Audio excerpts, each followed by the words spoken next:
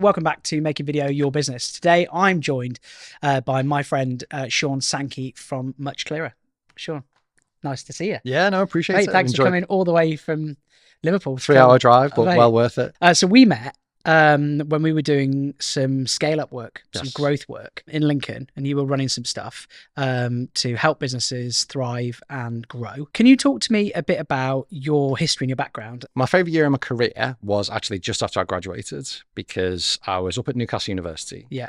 And I was coaching the university women's basketball team. Love it. Because I used to play basketball to pretty decent standards, but then I did more coaching and reffing. I was working in a call centre, getting shouted at by customers, and I was a doorman, so down on the quayside and the big market, if you know Newcastle. And so I was just managing conflict in lots of different scenarios. I was getting shouted at in the daytime, breaking up fights in the nighttime. And if you've been in Newcastle, you know Geordie women. So on the basketball court, they can be pretty feisty as well. So I was just breaking up lots of fights everywhere, it seemed. And of course, that set us up perfectly to get a career in corporate, right? It was just to go in to the corporate world and be someone who got in between lots of conflict and difficulty in managing high stakes projects and things. So the origin story was that I left that year and worked for Aviva. So that's a big insurance company for about 5-6 years, working around their business in the UK, doing strategy work, learning my trade in terms of workshops and working with leaders and that kind of thing. Went to Capgemini, which is a big international consultancy. I was working with them for 5 years. Then realized that if you have a career in corporate consultancy, you kind of sell your soul as well as your family. Yeah. Because a lot of guys in their 40s and 50s who've been corporate career consultants, you know, we'll talk about, oh, well, now I'm on my third marriage, or when I see my kids twice a month. And I was 5 years into this career and I just realized, gosh, man, like it's great work, but it comes at a cost. So I quit that, not knowing what I wanted to do. And by accident, set up my own business. I say by accident because a friend asked me to do some work for them. And they said, oh, you've got to set up a business so that I can invoice you. I was like, oh, really? How do you do that? Yeah. So that was back in 2011.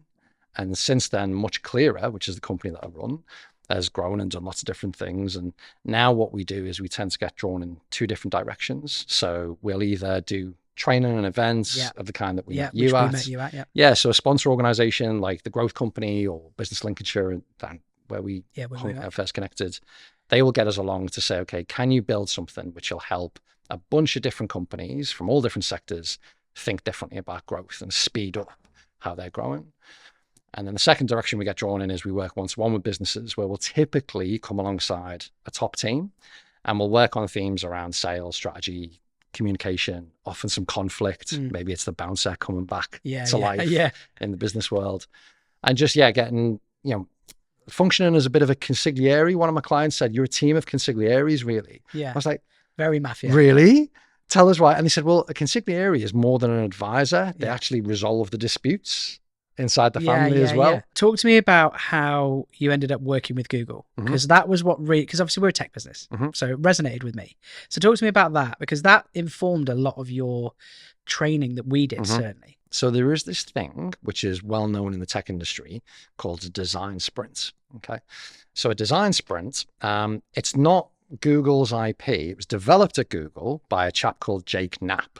So, and a team of engineers around Jake, but Jake was really the figurehead. So back in the late noughties, early 2010s, Google set itself the challenge of how can we speed up how we get software out to market? Think about it. This is the most resourced, most highly invested, fastest moving company, some would say, on the planet. Yeah. And they were saying, we're too slow. It takes us 6 months to come up with a prototype, put it out into users, do some testing, release it to market, first version. Can we compress those months into days?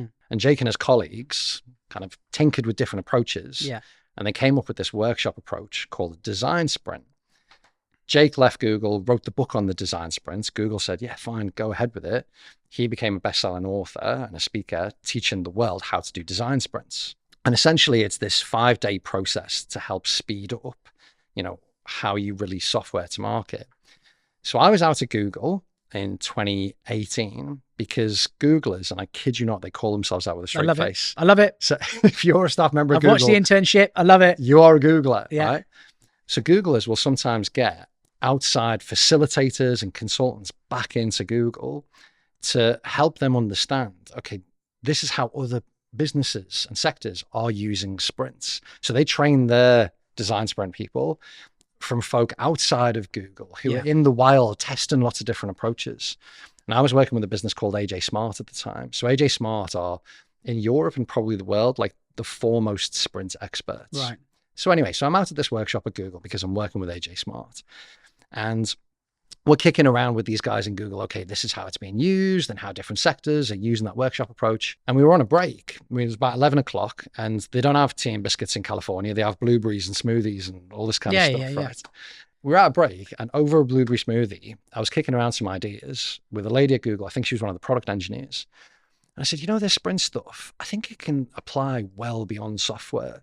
You know, you can take these tools and techniques and apply them to lots of different problems. And she went, well, that's a great idea. Why don't you test it? Which is a typical Google thing to say. And I was like, yeah, I will. So we came back to the UK and we already had a relationship with, I mentioned these sponsor organizations. So the growth company in Manchester, we pitched the idea to the growth company to say, hey, listen, we just come back from Google. There's this workshop approach, which can be really helpful for solving problems at speed. Could we run a 2-day workshop for a bunch of businesses where we take these techniques and apply them to business growth? Not speeding up software design, but speeding up how a company can think about its own growth. Yeah. And let's just test it and see where it goes. So nobody else had done it. We were just trying to figure it out as we went. We just got 14 companies to go, right, let's try this design sprint thing, but apply it to business growth. And that was the birth of the growth sprint. So I was back in 2019. We did about 4 or 5 in-person growth sprints. COVID hit and people really loved the approach. They were getting phenomenal kind of teaching and values and really thinking about, okay, yeah, let's not have a big grand strategy. Let's talk about experiments, which we'll get into, I'm sure. But how the heck do you deliver that when a lot of the work is teams on tables, post-it notes, reaching over each other, sneezing on each other? Can't do that in COVID. No. So we spun up a digital version.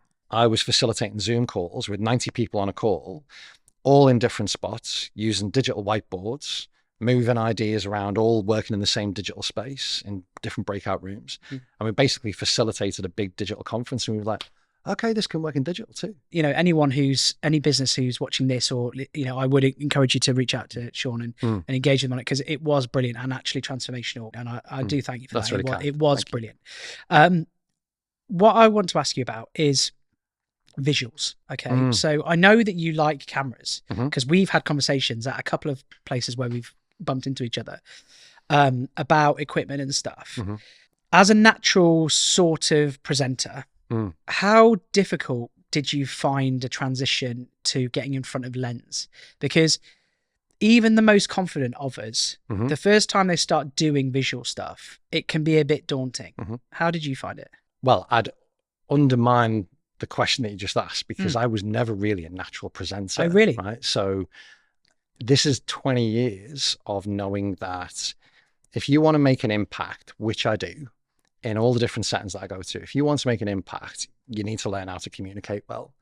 And I was really lucky early on in my career that I had a couple of mentors that pushed us into any kind of opportunity to speak in public, right? Whether that was a little presentation in the office, whether there was a little mini seminar that needed doing at an event or a conference, like they would push us to develop that skill.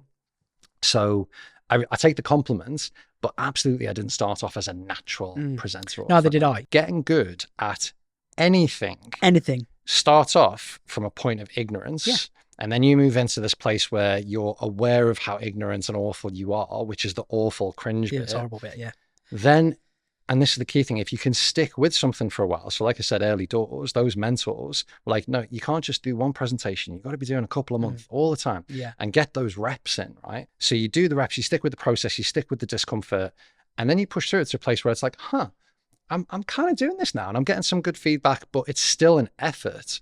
You keep going with those reps, you land in a place where actually you just wake up and go, oh gosh, I don't find this tough anymore. And actually I'm pretty good at it. And that is a classic skill acquisition model that applies whether it's a sport, whether it's selling, whether it's performing on camera, pick a discipline. We need to just relax and ease into the fact that, look, there will be an awkward bit, right? So to go back to your original question, how did I push through that awkwardness on camera? It was, first of all, appreciating. That's the journey. That's always the journey. Whenever you're trying to do anything new and get better at something, there's this weird bit where you're aware of how crap you are, and then you move into being aware of being less crap because you now know what good looks like.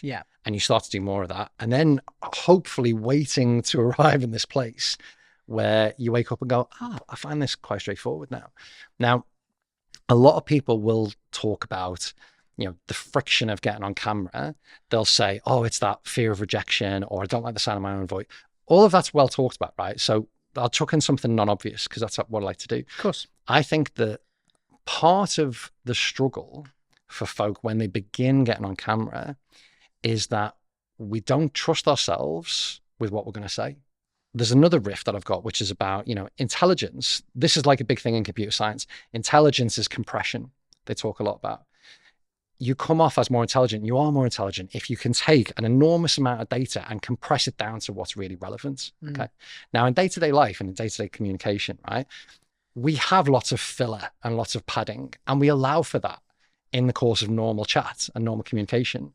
You're not going to tell me off if we're just out the pub having a laugh. If I pad out a story, or if I take too long to make a point, or if I just go off on a random tangent and then come back in, right? But video punishes you for that. Every communicator struggles with this. Every business struggles with this.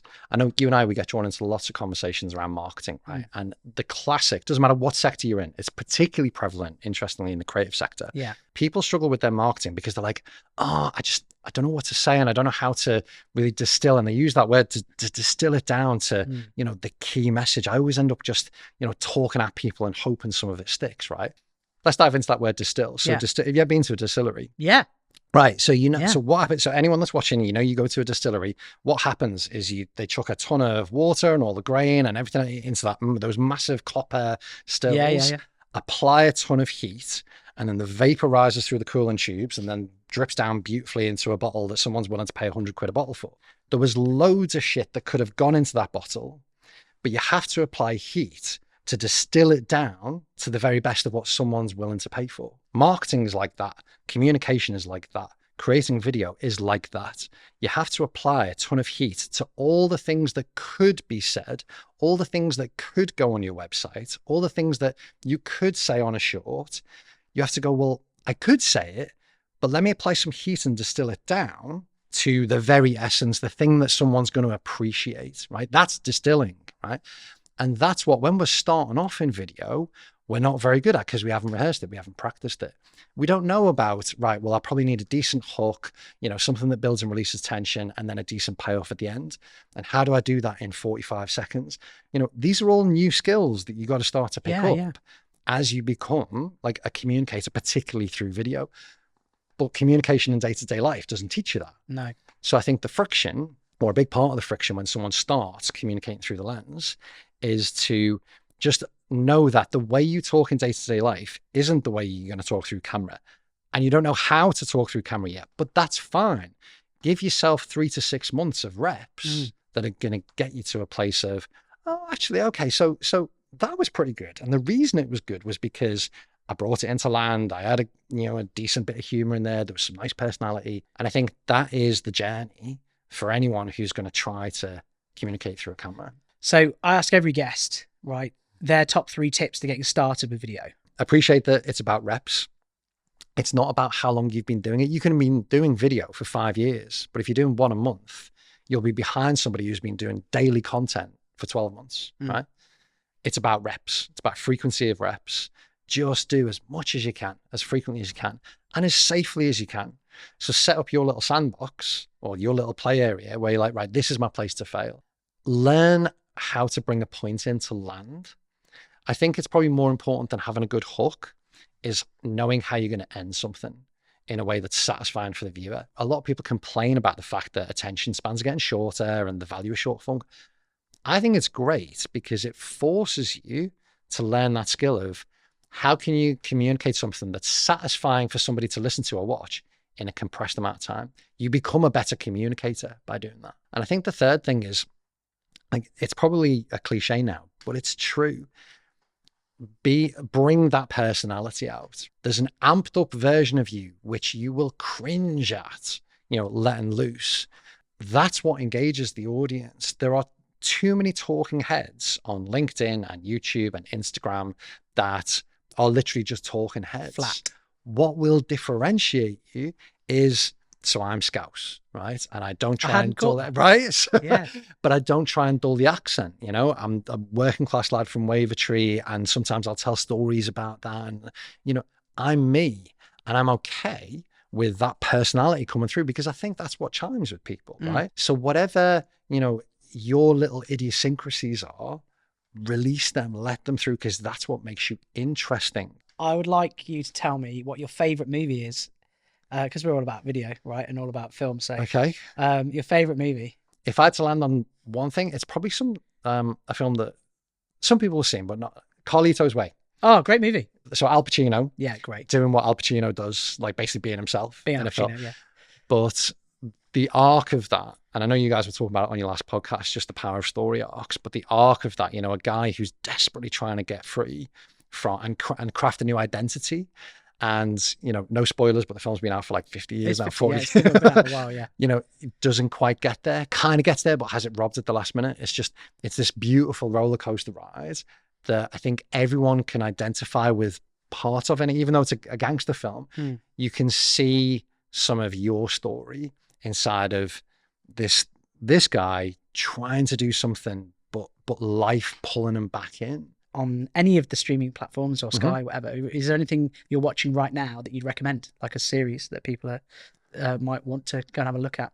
So two things come to mind. So in terms of podcast and long form stuff, Yeah. I think everybody should be watching a podcast called Modern Wisdom, Yeah. which is hosted by a Geordie guy called Chris Williamson, just for the visuals, for the guests, for the insights, for the vibe. Yeah. Modern Wisdom, 1,000,000% on YouTube. Love So that. get on that. Great growth story as well I love it. of him and the podcast. Yeah. No one was listening for the first 500 episodes. And then they got Jordan I know how Peterson that on a few feels. years ago.